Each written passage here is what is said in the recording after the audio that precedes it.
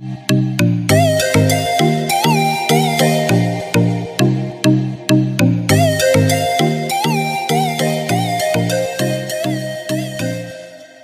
विद्यार्थियों, paradise science centre में आप सभी का स्वागत है। आइए हम लोग कोशिका का अध्ययन में और आगे बढ़ते हुए आज कुछ के अंगों को देखते हैं। तो शुरू करते हैं पहले राइबोसोम का, जो काफ़ी महत्वपूर्ण है कोशिकीय अंगों में। राइबोसोम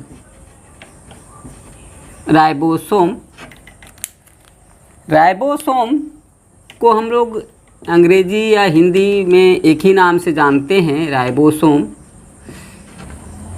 ये कोशिका का सबसे छोटा अंग माना जाता है, सबसे छोटा अंग है ना। इसको खोजा गया था 1955 ईस्वी में, खोज किया था 1955 में पैलेड, जॉर्ज ई पैलेड नाम है पूरा, जॉर्ज ई पैलेड, या भाई J.E. पैलेडी या पलाडी भी बोलते हैं, पलाडी भी बोला जा सकता है। तो जॉर्ज ई पैलेड ने 1955 में किया था, 1955 में। ओके, यह इलेक्ट्रॉन माइक्रोस्कोप से ही देखा जाता है, बिना इलेक्ट्रॉन माइक्रोस्कोप से देखा जाना इसे संभव नहीं है, इसलिए इसको इलेक्ट्रॉन माइक्रोस्कोपिक ऑर्गेनेल कहा जाता है। और इसके विषय में याद रखना है कि यह सबसे छोटा कोशिकीय अंग होता है, सबसे छोटा कोशिकीय अंग माना जाता है। कोशिका का अगर सबसे छोटा अंग पूछा जाए तो ये आप कहेंगे ये है राइबोसोम। इसमें होता क्या है, तो इसके अंदर मेनली यह mRNA तथा प्रोटीन से बना जटिल मॉलिक्यूल है, एक जटिल अणु है। इसका अगर इंट्रोडक्शन हम बोलें कि क्या होता है आरएनए राइबोसोम, तो हम कहेंगे यह मैसेंजर आरएनए और प्रोटीन से बना एक जटिल अणु है, जिसका मुख्य कार्य क्या है, प्रोटीन संश्लेषण करना। लेकिन वो बाद में देखते हैं, पहले इसका और भी हम जानते हैं कि ये पाया कहाँ जाता है, तो सभी कोशिकाओं में पाया जाता है। ऑक्यूरेंस जो होता है यह सभी कोशिकाओं में, सभी प्रकार के कोशिकाओं में पाया जाता है, सभी प्रकार के कोशिकाओं में पाया जाता है, कोशिकाओं में पाया जाता है। ठीक है, ये चाहे वो अभी किसी में भी ये सभी रहता ही रहता है। ओके, ठीक है। चलिए राइबोसोम के प्रकार देखा जाए। राइबोसोम का प्रकार, तो राइबोसोम दो प्रकार के होते हैं। पहला है जिसे कहा जाता है 70S राइबोसोम, 70S प्रकार राइबोसोम, और एक दूसरा है जिसे कहा जाता है 80S प्रकार राइबोसोम, 80S प्रकार राइबोसोम।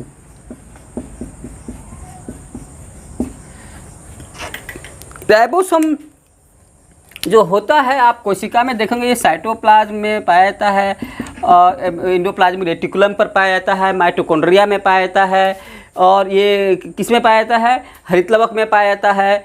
ठीक है, ये बहुत जगह पाया जाता है। तो इसका इस तरह से दाना दाना स्ट्रक्चर होता है। इसके विषय में जाने कि राइबोसोम के बाहर कोई आवरण नहीं होता है, क्योंकि ये कण है, इसलिए इसके ऊपर बाहर में कोई झिल्ली या कोई आवरण नहीं पाया जाता है, एकदम मॉलिक्यूल की तरह होता है। 70S प्रकार और 80S प्रकार दोनों एक दाने टाइप का ही होते हैं, और ये दोनों का काम एक ही होता है, लेकिन ये प्रकार इसके अवसादी के आधार पर बांटा गया है। अवसाद मतलब नीचे जो सेडिमेंट होता है, किसी जैसे हम लोग का एक जांच सुने होंगे, ASR जांच होता है, जिसमें रक्त कण, लाल रक्त कण नीचे बैठता है, वो जहाँ तक बैठता है उसके आधार पर हम लोग जांच करते हैं कि कितना ASR है। उसी तरह से राइबोसोम का एक अवसाद को देखा जाता है, कितना अवसाद होता है, उसको अवसादी गुणांक कहते हैं, सेडिमेंटेशन कोफिशिएंट कहते हैं। तो सेडिमेंटेशन कोफिशिएंट के आधार पर, अवसादी गुणांक के आधार पर राइबोसोम के दो प्रकार होते हैं, 70S प्रकार और 80S प्रकार। 70S प्रकार और 80S प्रकार में अंतर तो बाद में देखेंगे, पहले ये ध्यान रखना है कि 70S प्रकार जो होता है वो अविकसित कोशिकाओं में पाया जाता है, जैसे जीवाणु में पाया जाएगा, ये माइटोकॉन्ड्रिया में पाया जाता है, ये हरित लवक में पाया जाता है, ये प्रोकैरियोटिक जीवों में पाया जाता है, प्रोकैरियोटिक कोशिकाओं में पाया जाता है। ठीक है। 80S जो होता है, 80S जो होता है ये थोड़ा विकसित जीवों में पाया जाता है, विकसित कोशिकाओं में पाया जाता है, और सभी विकसित पादप कोशिका, सभी विकसित जंतु कोशिका में पाया जाता है। ये 80S प्रकार होता है। 70S प्रकार के राइबोसोम की विशेषता देखा जाए। 70S प्रकार के राइबोसोम की विशेषता, इसकी विशेषता में पहला विशेषता है कि इसका अवसादी गुणांक 70S होता है। अवसादी गुणांक को क्या कहते हैं? Sedimentation coefficient. सेडिमेंटेशन कोफिशिएंट को ही कहा जाता है अवसादी गुणांक। मतलब कि पेंदी पर बैठने का जो एक रेट होता है, इसको सेडिमेंटेशन कोफिशिएंट कहते हैं, और इसी को हिंदी में अवसादी गुणांक भी कहते हैं। तो अवसादी गुणांक ये पूछा जाता है कितना होता है, तो 70S। इसी 70S के आधार पर इसको कहा गया 70S प्रकार राइबोसोम। ठीक है। यह अविकसित प्रकार का राइबोसोम होता है। देखिए ये किस प्रकार का राइबोसोम है? ये विकसित प्रकार का राइबोसोम नहीं है, ये अविकसित प्रकार का राइबोसोम है। इसलिए ये पाया कहाँ जाता है? तो यह अविकसित कोशिकाओं में पाया जाता है। यह विकसित कोशिका में पाया जाता है, प्रोकैरियोटिक कोशिका में। प्रोकैरियोटिक किसको कहते हैं? कौन सा कोशिका कहते हैं? जो अविकसित कोशिका होता है उसे कहते हैं प्रोकैरियोटिक कोशिका, जिसमें न्यूक्लियस नहीं पाए जाते हैं, जिसमें माइटोकॉन्ड्रिया नहीं पाए जाते हैं, जिसमें हरित लवक नहीं पाए जाते हैं। इस तरह की कोशिका को कहा जाता है अविकसित कोशिका या प्रोकैरियोटिक कोशिका। तो प्रोकैरियोटिक कोशिका में यह पाया जाता है। यह जीवाणु के अंदर पाया जाएगा। जीवाणु में भी प्रोकैरियोटिक कोशिका पाया जाता है। तो जीवाणु में भी पूछा जाए कि किस प्रकार का राइबोसोम पाया जाता है, तो 70S प्रकार का राइबोसोम पाया जाता है। बार बार क्वेश्चन पूछा जाता है जीवाणु में किस प्रकार का राइबोसोम पाए जाते हैं, ये पूछा जाता है। आपको ध्यान में रखना है जीवाणु एक प्रोकैरियोटिक कोशिका है, इसलिए इसमें 70S प्रकार का राइबोसोम पाया जाएगा। माइटोकॉन्ड्रिया, माइटोकॉन्ड्रिया जो है एक कोशिका के अंदर एक ऑटोनोमस बॉडी होता है, स्वायत्त अंग होता है। इसमें भी 70S प्रकार के राइबोसोम होते हैं, है ना। 70S प्रकार माइटोकॉन्ड्रिया हम आप लोग को एक वीडियो में बता चुके हैं, इसका लिंक आपका दिया हुआ है डिस्क्रिप्शन में। तो माइटोकॉन्ड्रिया के अंदर भी 70S प्रकार का राइबोसोम होता है। हरित लवक के अंदर भी 70S प्रकार का राइबोसोम होता है। ये सब जो होते हैं 70S प्रकार के राइबोसोम। और अगर पूछा जाता है कि कौन राइबोसोम अविकसित राइबोसोम है, तो अगर कहा जाए तो अविकसित राइबोसोम 70S को ही हम लोग कहेंगे। ठीक है। इसमें 2 यूनिट मिलकर के 1 यूनिट बनाता है। तो इसमें एक 50S जो थोड़ा बड़ा होता है और 30S, ये दोनों आपस में मिल रहते हैं। जैसे इस तरह से होता है, बेस पर रहता है 50S और इसके ऊपर रहता है 30S। ये 50S वाला नीचे रहता है और 30S वाला ऊपर रहता है, और दोनों मिल करके बनाते हैं 70S। ये बनाते हैं 70S। तो ये कभी कभी पूछा जाता है आपको कि 70S में कौन कौन प्रकार के राइबोसोम पाए जाते हैं, कौन कौन प्रकार के यूनिट पाए जाते हैं। तो ये 70S जो है सो अकेले 70S हुआ, लेकिन इसके अंदर जब गहराई से देखा जाए तो ये खुद दो राइबोसोम से जुड़ा हुआ रहता है, और इसलिए इसमें दोनों जो होते हैं वो अलग अलग यूनिट मिलकर के 1 यूनिट बनाते हैं। 1 यूनिट हो गया 70S का, लेकिन इसके 70S के अंदर 2 यूनिट है 50S और 30S। ठीक है। चलिए हम लोग 80S प्रकार राइबोसोम की विशेषता को देखते हैं क्या क्या है। तो पहला विशेषता यह है कि यह विकसित कोशिका या यूकैरियोटिक कोशिका में पाया जाता है। मतलब ये हुआ कि जितने विकसित कोशिकाएं हैं या विकसित जीव हैं उनके कोशिकाओं में जो राइबोसोम होता है वो है 80S। लेकिन ध्यान रखना है, विकसित कोशिकाओं के माइटोकॉन्ड्रिया या हरित लवक में जो राइबोसोम होता है वो 70S प्रकार का होता है। ठीक है। उसमें भी 70S प्रकार का रखेगा, माने विकसित कोशिकाओं के माइटोकॉन्ड्रिया और हरित लवक में 70S होगा, लेकिन बाकी जो इसका साइटोप्लाज्म में जो राइबोसोम होगा वो 80S होगा। इसका अवसादी गुणांक 80S है तो 80S होगा, या सेडिमेंटेशन कोएफिशिएंट 80S होता है। यह 60S तथा 40S इकाई से बना होता है। इसमें भी 2 यूनिट रहते हैं, एक होता है बड़ा नीचे और उसके ऊपर होता है छोटा ऊपर, और ऊपर वाला 40S का होता है, नीचे वाला 60S का होता है। और ये दोनों मिल करके जो इसका कोएफिशिएंट बनता है, सेडिमेंटेशन कोएफिशिएंट, वो बनता है 80S। तो ये इस प्रकार से 80S वाला जो बना रहेगा ये 2 से मिल करके बना होता है। तो एक चीज़ ध्यान में रखा जाए, अगर कहा जाए कि विकसित राइबोसोम कौन है तो 80S विकसित राइबोसोम है। अविकसित राइबोसोम कौन है तो 70S अविकसित राइबोसोम है। ठीक है। राइबोसोम की विशेषता में स्पेशल विशेषता क्या है? स्पेशल ध्यान रखना है कि राइबोसोम के बाहर कोई आवरण नहीं होता है। ये सबसे छोटा कोशिकीय अंग होता है और प्रत्येक राइबोसोम मैसेंजर आरएनए तथा प्रोटीन से बना होता है ना। एक कण है, मैसेंजर आरएनए और प्रोटीन से बना होता है, ठीक है। राइबोसोम का कार्य पर आते हैं। राइबोसोम का मुख्य कार्य प्रोटीन संश्लेषण में मदद करना है। प्रोटीन संश्लेषण में मदद करना है तो इसको कहा जाता है प्रोटीन संश्लेषण का फैक्ट्री ऑफ प्रोटीन सिंथेसिस, और इसे प्रोटीन संश्लेषण का स्थल भी कहा जाता है, साइट फॉर प्रोटीन सिंथेसिस। ये तीन बातें आपको घुमा घुमा पूछा जाता है। अब समझिए कि प्रोटीन संश्लेषण का फैक्ट्री या स्थल क्यों कहा जाता है। इसका मतलब ये हुआ कि प्रोटीन संश्लेषण का जो फैक्ट्री है, यानी प्रोटीन संश्लेषण के लिए इस जगह पर जाना पड़ता है सभी पदार्थों को, मैसेंजर आरएनए को, टीआरएनए को, और यहाँ पर ही बनाएगा प्रोटीन, राइबोसोम पर ही बनाएगा, दूसरी जगह पर नहीं बनाएगा। सिंपली जैसे भाई अगर मान लिया कि अगर कहीं हम गाड़ी का फैक्ट्री है या कहीं अगर रेल का फैक्ट्री है तो रेल जैसे कारीगर तो कहाँ पर जाएंगे, फैक्ट्री में, और फिर वहाँ उसका चक्का सेट करेंगे, इंजन सेट करेंगे और वो रेल तैयार हो जाएगा। तो स्पेशली प्रोटीन को बनाने वाले मैसेंजर आरएनए, टीआरएनए सब होते हैं जो कि डीएनए के जेनेटिक कोड के आधार पर बनता है। जैसा जेनेटिक कोड जारी होता है वैसा प्रोटीन बनता है। बनाने का जो आदेश जारी करता है वो डीएनए आदेश जारी करता है। उस आदेश को लेकर के मैसेंजर आरएनए आता है कहाँ पर, राइबोसोम पर आता है, और उसके अनुसार जेनेटिक कोड जैसा आदेश किया उसके अनुसार इस फैक्ट्री में वो प्रोटीन का निर्माण करेगा। इसलिए ribosome is the site for protein synthesis. Ribosome specially वो जगह है जहाँ पर प्रोटीन का निर्माण होता है, ठीक है। लेकिन बनाने के लिए केवल राइबोसोम ही नहीं बल्कि इस फैक्ट्री में आएंगे राइबोसोम के अलावा मैसेंजर आरएनए, टीआरएनए और कुछ रॉ मटेरियल्स, और फिर सब मिल करके यहाँ पर पकेगा, उसका सारा काम होगा, सारी चीज़ सेट होंगे और प्रोटीन बनेगा, है ना। इस तरह से मेन काम है राइबोसोम का प्रोटीन संश्लेषण में मदद करना, या प्रोटीन संश्लेषण का फैक्ट्री इसे कहना सबसे सही होगा। ओके, तो राइबोसोम को हम लोग इतना ही देखते हैं। आगे हम आते हैं लाइसोसोम पर। लाइसोसोम का खोज इसका किया था डे डुवे ने, क्रिश्चियन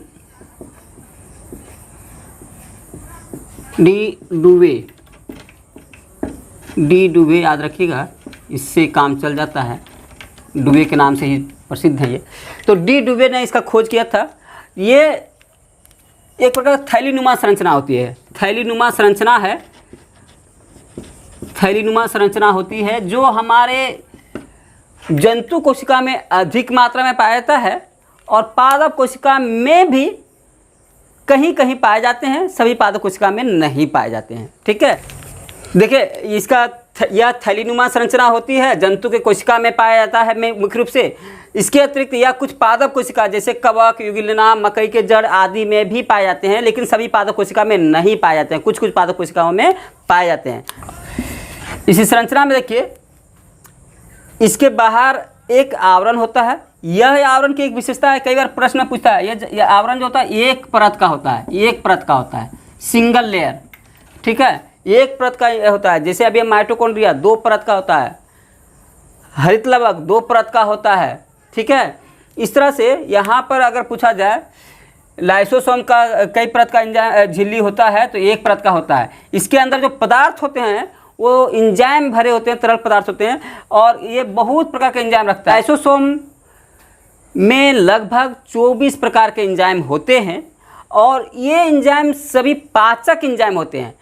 इसीलिए ये कोशिकीय पाचन का कार्य करता है, इसका काम ही है पचाना। इसमें इंजाइम ही इतने होते हैं जो सबको पचा डालता है, कभी कभी तो इस पूरे कोशिका को ही पचा डालता है।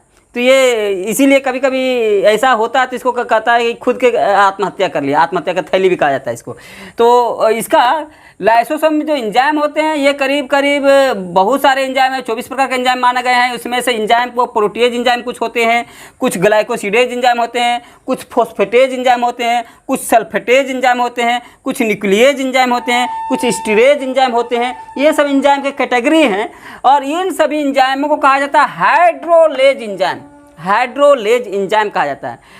इन एंजाइम का जो मिश्रण है ये इतना पावरफुल एंजाइम होता है कि पूरे कोशिका के सभी अंग को भी गला सकता है कभी कभी फटने से, इसलिए ये कभी कभी खुद ही कोशिका को मार डालता है। इसका जो इसका पीएच मान 5 रहने पर ये खूब तेज़ी से कार्य करता है। जब पीएच मान 5 हो जाता है तो ये एंजाइम काम करना शुरू कर देते हैं। तो ये पीएच पर काम करता है इसका एंजाइम। पीएच मेंटेन है तो काम नहीं करेगा, पीएच घट गया तो ये काम करना शुरू कर देता है। तो इस तरह से इसका जो कंट्रोल होता है एंजाइम का ये पीएच पर निर्भर करता है, कब काम करना है कब नहीं करना है। ठीक है, लाइसोसोम के एंजाइम के बाद इसका कार्य देखा जाए, इसका काम क्या है।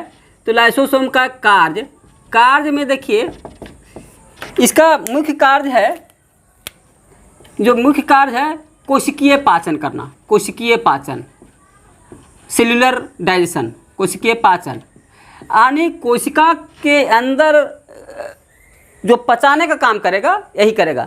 भाई कोशिका भी हम लोग की तरह भोजन ग्रहण करता है। आप यहाँ तो नहीं समझ पाएंगे लेकिन ऐसे समझिए, जैसे WBC है तो WBC क्या करता है, कोई भी बैक्टीरिया गया उसको खा गया, कोई भी चीज़ मिला मरा हुआ कोशिका मिला उसको खा गया। कोई कोशिका का WBC का काम ही है घूम घूम कर खाना। ऐसे जीवाणु का कोशिका है, जीवाणु कोशिका एक ही कोशिका होता है, वो क्या करता है वो खाते रहता है, वैक्यूल कुछ मिला उसको खा जाता है, तो एक ही कोशिका पर खा लेगा। तो वहाँ उसके अंदर डाइजेस्टिव सिस्टम तो है नहीं, तो वहाँ कौन पचाएगा, तो वहाँ पचाएगा लाइसोसोम। समझ गए, यानी लाइसोसोम ही है जो वहाँ पर एक कोशिका है या WBC है या फिर जैसे न्यूट्रोफिल्स है, मोनोसाइट्स है, तो वहाँ पर पाचन जो करता है कोशिकीय पाचन यही करता है। ये देखिए ये WBC कोशिका या WBC कोशिका 5 प्रकार के होते हैं, जानते हैं, न्यूट्रोफिल्स, मोनोसाइट, लिम्फोसाइट, इस्नोफिल्स, बेसोफिल्स, इस तरह से जो हैं। तो उसमें से मेनली न्यूट्रोफिल्स और मोनोसाइट की हम अभी चर्चा कर रहे हैं। ये दोनों बहुत ही फैगोसाइटिक होते हैं। फैगोसाइटिक मतलब खुद ही किसी जीवाणु या विषाणु या कोई रोगाणु को सीधा खा जाता है, उसको कहा जाता है फैगोसाइटिक व्यवहार। तो खा जाना, इनगल्फ कर जाना। तो न्यूट्रोफिल्स तो घूम घूम करके जीवाणु खाता है, और मोनोसाइट है जो शरीर के अंदर मृत पड़े WBC का कोशिका हो, RBC कोशिका हो या कोई बेकार पदार्थ हो उसी को खाते रहता है। तो इसके अंदर जो पाचन का काम करेगा ये खा के पचा डालता है, ये लाइसोसोम के कारण होता है। ठीक है, तो इसके अंदर जो WBC कोशिका होंगे या न्यूट्रोफिल्स होंगे या मोनोसाइटिक होंगे या जो खाने वाले कोशिका होंगे उसके अंदर लाइसोसोम की संख्या अधिक पाए जाएंगे, और जो इस तरह के व्यवहार नहीं रखते हैं उसके अंदर लाइसोसोम की संख्या कम पाए जाएंगे। ठीक है, शुक्राणु में एक्रोसोम होता है, इसका मूड़ी पर जो शुक्राणु होते हैं तो शुक्राणु के माथा पर एक भाग होता है, इसको कहा जाता है एक्रोसोम, इसको कहते हैं। इसमें एक एंजाइम होता है हायोलुरिनिडेज एंजाइम। तो ये एंजाइम जो है स्पेशली किसका एंजाइम है, ये लाइसोसोम का एंजाइम है। और ये लाइसोसोम का एंजाइम जो होता है ये मदद करता है शुक्राणु अंडाणु के दीवार को गलाने के समय इसी एंजाइम को छोड़ता है, जिससे अंडाणु का दीवार गल जाते हैं और शुक्राणु उसमें प्रवेश कर जाता है, जिसको कहते हैं निषेचन होना। तो निषेचन की क्रिया में भी मदद कौन किया, लाइसोसोम। तो शुक्राणु में एक्रोसोम को निषेचन में मदद करना, यानी शुक्राणु को मदद करना, कहिए शुक्राणु को निषेचन में मदद करना, ये लाइसोसोम करता है। जीर्ण शीर्ण कोशिका को नष्ट करना भी यही काम करता है। जैसे कोई बेकार कोशिका होगा, अब उसको मारना है, तो ये उस समय क्या होता है कि अपने सारे एंजाइम एक साथ छोड़ देता है, कोशिका के सारे अंग खत्म हो जाते हैं, कोशिका मर जाता है। तो जब ऐसी स्थिति बनती कि कोशिका अब काम कर नहीं रह गया, तो उस समय लाइसोसोम ही उसको नष्ट कर देता है। और अंत में हम लोग इसको कहें तो ये आत्महत्या की थैली के नाम से जाना जाता है, सुसाइड बैग के नाम से जाना जाता है, क्योंकि ये खुद अपने कोशिका को मारने में सक्षम होता है, खुद ही अपने कोशिका को मार लेता है, इसलिए इसको आत्महत्या की थैली कहते हैं। ओके, तो इस तरह से इसके कुछ प्रमुख कार्य हुए हम लोग के लाइसोसोम का। चलिए अब हम लोग अगला देखते हैं वैक्यूल्स।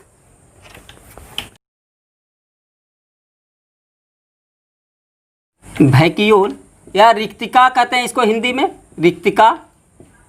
रिक्तिका रिक्तिका जो है खास करके पादप कोशिका में ये बहुत बड़ा दिखाई देता है और जंतु कोशिका में ये बहुत छोटा छोटा दिखाई देता है। तो ये देखिए भाई, इसका पादप कोशिका में आप इसका संरचना देखे होंगे, बड़ा सा जो भाग दिखता है वही है रिक्तिका।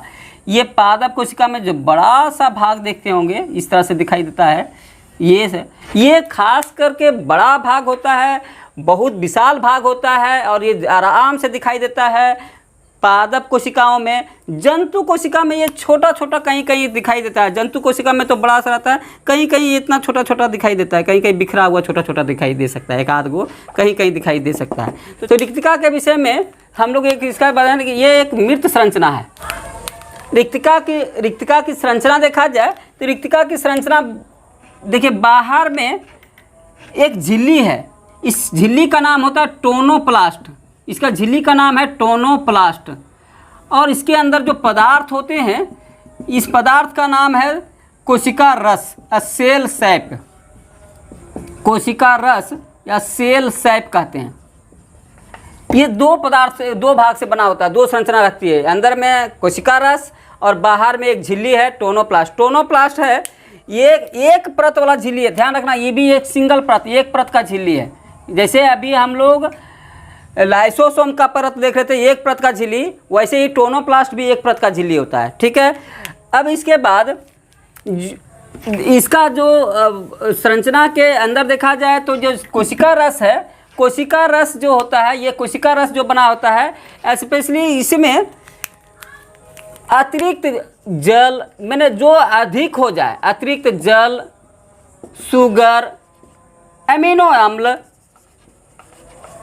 लवण, बेकार पदार्थ, ये सब स्टोर करता है। ये सभी जो अतिरिक्त है कोशिका में, ये सब इसके अंदर अवशोषित कर लेता है ये, और इसलिए ये बड़ा आकार का बन जाता है। सब जो चीज़ है, जैसे हम लोग को कभी कभी होता है ना कि खाते खाते बड़ा पेट वाले बन जाते हैं, अब अतिरिक्त खाना शुरू करेंगे तो क्या होगा, पेट बड़ा सा हो जाता है। वैसे ही यहाँ भी होता है कि अगर अतिरिक्त चलते जा रहा है, अतिरिक्त आता जा रहा है, तो अतिरिक्त वाटर इसके अंदर, अतिरिक्त शुगर इसके अंदर, अतिरिक्त एमिनो एसिड इसके अंदर, अतिरिक्त साल्ट इसके अंदर, अतिरिक्त वसा इसके अंदर, अतिरिक्त जो भी बेकार पदार्थ हैं जो इधर सड़ते गलते गए वो इसके अंदर डाल दी जाए। इसीलिए इसी को कहा जाता है डस्टबिन ऑफ सेल। इसको कहा जाता है डस्टबिन ऑफ सेल, यानी कोशिका का कूड़ादान। एक कूड़ादान की तरह काम करता है, जो बेकार का है, जो ज़्यादा हो गया इसमें डाल दो, ठीक है। मुख्य रूप से ये पादप में बड़े आकार का दिखाई देता है, विशाल आकार का दिखाई देता है।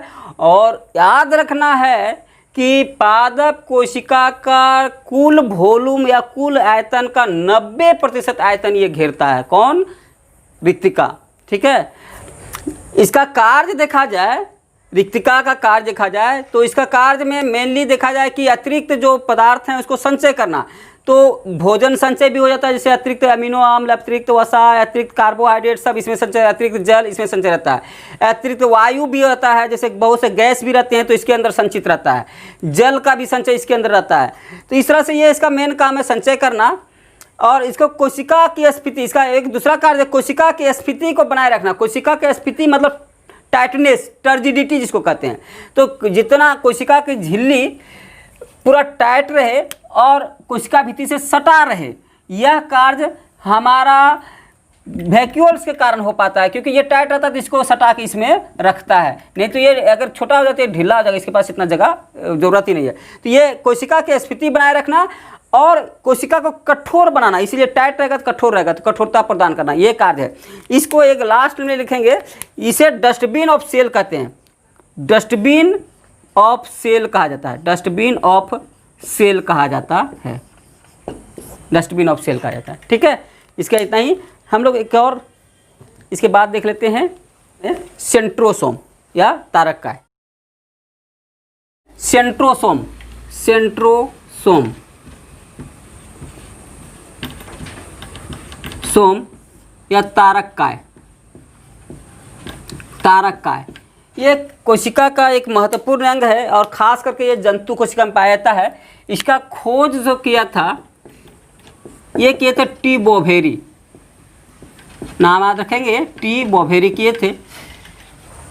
यह जंतु कोशिका में पाया जाता है, लेकिन यह जंतु कोशिका में तो जरूर पाया जाता है, लेकिन जंतु कोशिका के जो हम लोग हैं जैसे मैमेलियन आरबीसी या स्तनधारी के आरबीसी में नहीं होता है ना। एक गौर करना है कि स्तनधारियों के आरबीसी में बहुत से चीज़ें हैं, जैसे न्यूक्लियस नहीं होता है, माइटोकॉन्ड्रिया नहीं होता है, लाइसोसोम नहीं होता है और सेंट्रोसोम भी नहीं होता है उसके अंदर।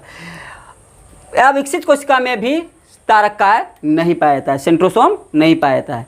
इसका संरचना देखा जाए तो ये देखेंगे तारा की तरह दिखाई देता है, इसलिए इसका नाम तारककाय है। ये देखिए ये गोल भाग है, इसके बाहर में ये इसको स्पोक कहते हैं। स्पोक के आगे एक ट्यूब लाइक की संरचना होती है जिसको माइक्रोट्यूबुल कहा जाता है। ये माइक्रोट्यूबुल जो होते हैं इसमें 3 यूनिट होते हैं जिसे ABC कहा जाता है और ये सभी इस तरह से आपस में जुड़े रहते हैं। ये सी जो होता है ये से जुड़ता है, सी जो होता है सो ये से जुड़ता है, सी जो होता है सो ये से जुड़ता है।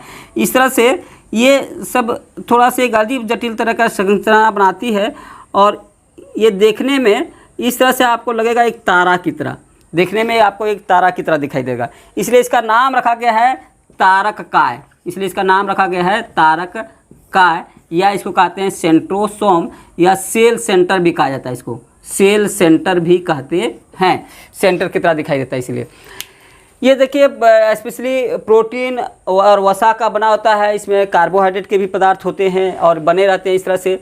इसका संरचना में एक इसका नाम है, इससे आपको ज़रूरत नहीं है, ये ट्यूब लाइक है, इसको कहते हैं माइक्रोट्यूबुल। और ये माइक्रोट्यूबुल जो होता है इसकी संरचना में ये भाग जो होता है इसमें 3 भाग होते हैं, इसका 3 जो होते हैं ABC, इसी तरह सब में ABC 3 कण होते हैं, ABC नाम रखा गया है। तो C जो है सो देखिए C जो है सो ये को जोड़ता है तो इसका नाम होता है AC लिंकर, AC लिंकर, इसका नाम होता है AC लिंकर। ये A और C को जोड़ता है इसलिए कहते हैं AC लिंकर। ये सब इतना जो संरचना है ये महत्वपूर्ण नहीं है। इसका जो मुख्य महत्वपूर्ण बात है ये क्या है कि ये जंतु कोशिका के कोशिका विभाजन के समय एक स्पेशल तरह के धागे बनाते हैं और उसको कहते हैं तरकु धागा या स्पाइंडल फाइबर, जो गुणसूत्रों को खींच करके अलग अलग ध्रुवों पर ले जाता है, अलग अलग उत्तरी ध्रुव और दक्षिणी ध्रुव पर ले जाता है और कोशिका विभाजन में मदद करता है। तो इसका मुख्य कार्य है, जो कार्य है ये है कोशिका विभाजन में मदद करना। कार्य जो है इसका कोशिका विभाजन में मदद करना इसका मुख्य कार्य है। और कोशिका विभाजन में मदद कैसे करता है तो ध्यान रखना है कि ये जंतु कोशिका में जब कोशिका विभाजन होता है उस समय ये तरकु धागा बनाता है। विभाजन के समय, कोशिका विभाजन के समय तरकु धागा का निर्माण करता है। कोशिका विभाजन, ये कई बार प्रश्न में भी आता है कि तरकु धागा का निर्माण किसके द्वारा होता है। कोशिका विभाजन में तरकु धागा या इसको कहते हैं स्पाइंडल फाइबर का निर्माण करना, ठीक है, ये इसका काम है।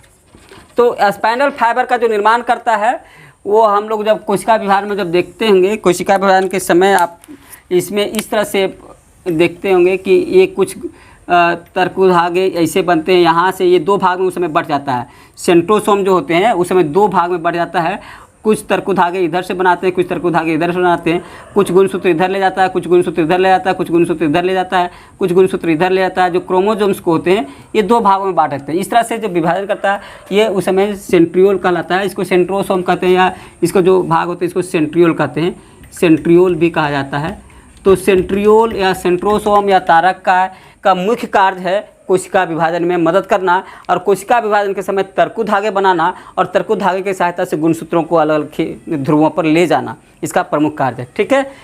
तो आज हम लोग इस प्रकार से देखा जाए तो कुछ 4 कोशिकीय अंगों को समझे हैं, राइबोसोम, लाइसोसोम, वैक्यूल्स और लास्ट में सेंट्रोसोम।